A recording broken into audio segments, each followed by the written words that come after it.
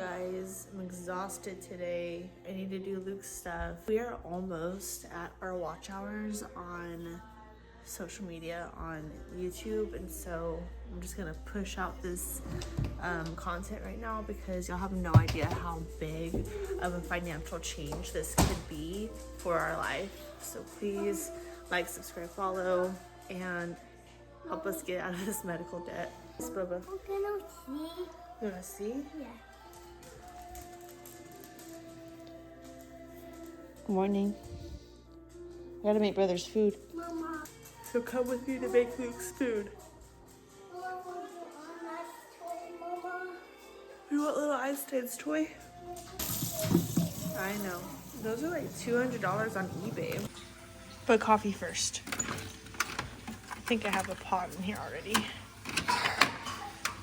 Gotta do a small one because I'm actually gonna do my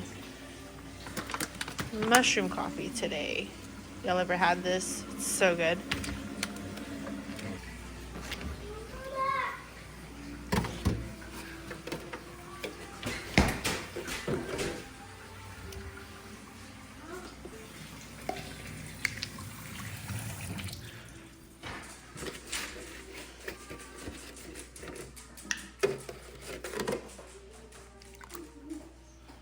It's all our chocolate milk. Yes, more chocolate milk. I'll have to buy some more. What do you say? No, thank you. No, thank you. Yes, thank you. Yes, thank you. Oh, thank you. I don't want to spank you.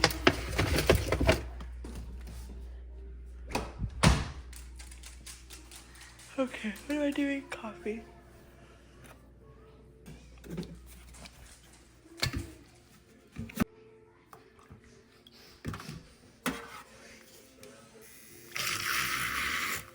Whoops.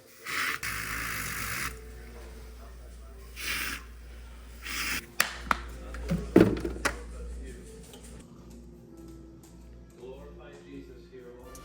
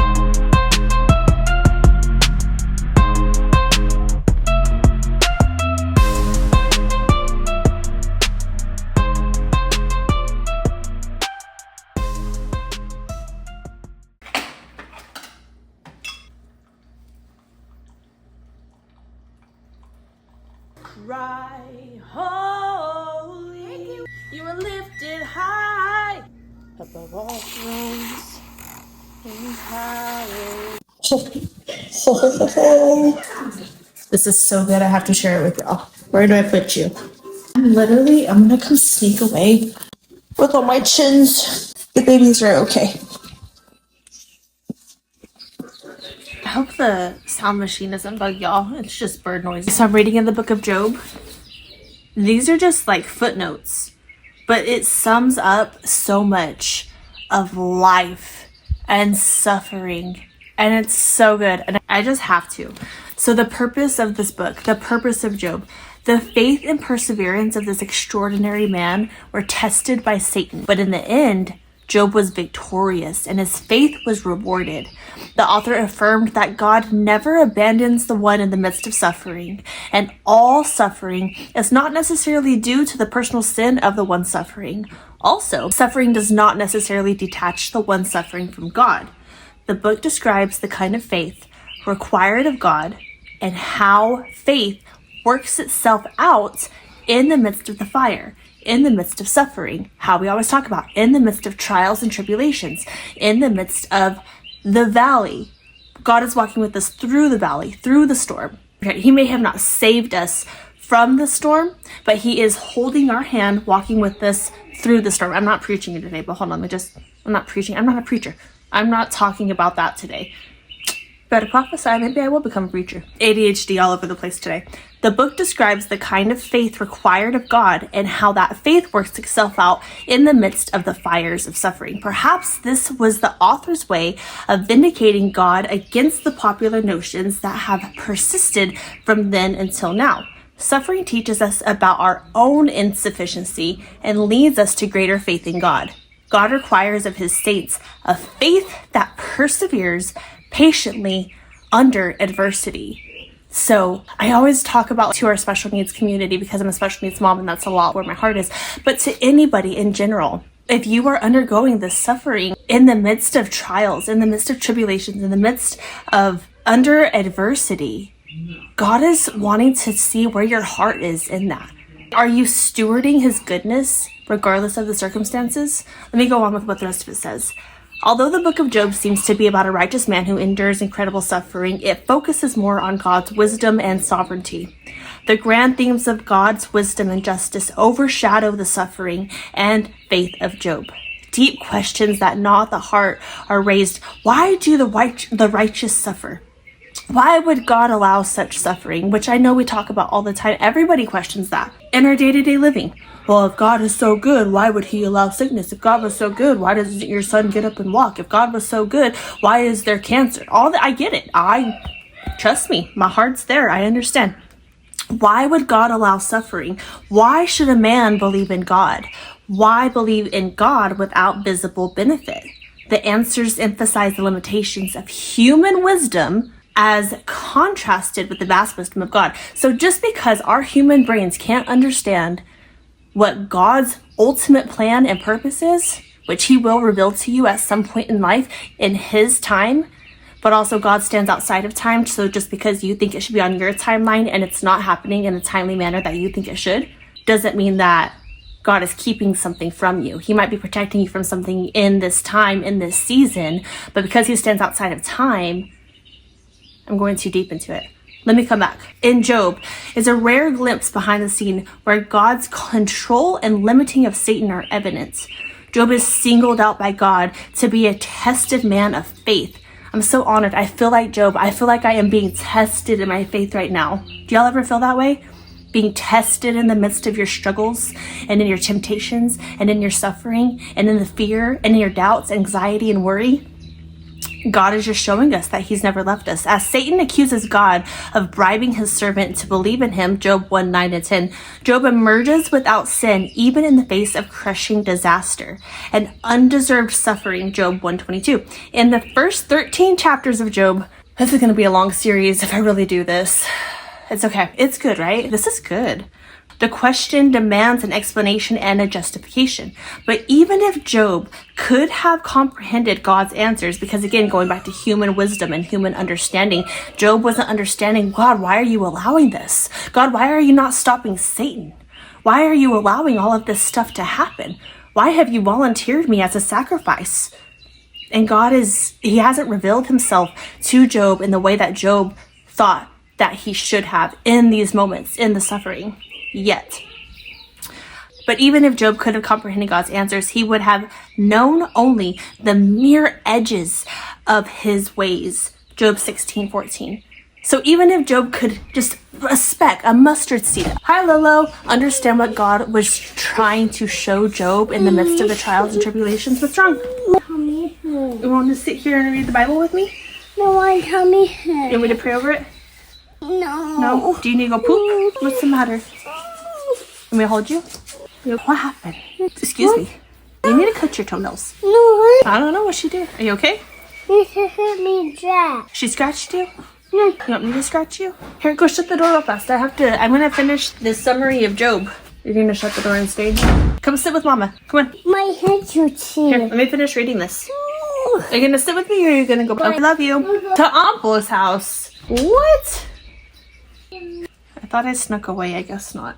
The door's not shut, but it's okay. Coming back. But even if Job could have comprehended God's answers, he would have only known the mere edges of God's ways. So he would have only understood a little speck of why God was allowing something to the extent of what he was going to. Thus, when faced with suffering, the question, why, is inappropriate, because he wouldn't have understood anyways. Their question is, who, it says. Who is in charge? In his reply to Job, God asks, who?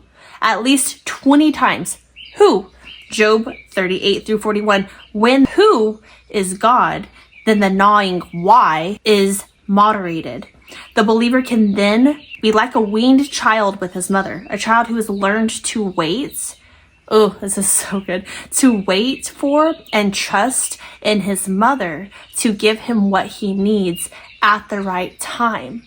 So again, because it's not happening, because God's response, because God's miracle is not happening in our time, doesn't mean he has forsaken us. There is a bigger plan. I'm so repetitive with it, but there's a bigger plan and purpose at hand. God's ways go beyond our human comprehension. God's ways are bigger. God's ways are higher. God stands outside of time, so our human brains aren't going to understand his time patterns, our limitations. Like, we can only understand so much because he's God. Job rightly and steadfastly identified God as the one ultimately responsible for all his suffering, and that's hard. See, I've been in a season the past 2 years, I blame the enemy for everything. I'm giving the enemy so much credit of what he's doing because I don't believe that God causes the harm. And in Job, I still don't even think that, in my opinion, and I'm diving deep in that, I'm learning with you guys, but I don't believe that God caused these circumstances to happen. And as we dive deeper into this series, I think we're all going to start to realize God didn't do this, but he did allow the enemy to go so far. He told the enemy, how about my servant Job? How about my son Job over here? Because God knew what he could handle, but also God wanted to use Job as a vessel, as a mighty vessel for the kingdom of the Lord. Because he knew Job's heart was going to be so fervently in love with God that regardless of the circumstances, his eyes were fixed on him. I want the faith of Job. I want to know Job. I want to ask Job questions, but more so I want to know God in the midst of my suffering. Job rightly and steadfastly identified God as the one ultimately responsible for all his suffering.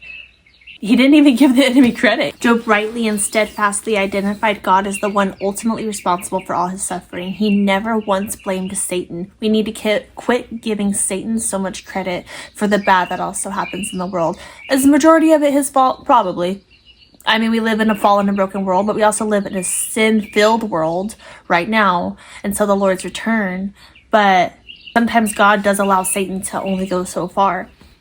And he says you could only go this far because there's a greater plan and purpose at hand, and God can use what the enemy meant for harm, evil, and destruction. He'll turn it around for his glory, for his good, for our good, for the saving of many lives. Because again, it goes beyond us, outside of us. It's more than us, because we died to ourselves, we picked up our cross, and we follow the Lord. So if we died to ourselves, we have to get past our emotions. We have to get past the hurt and the woe is me, and we have to look at the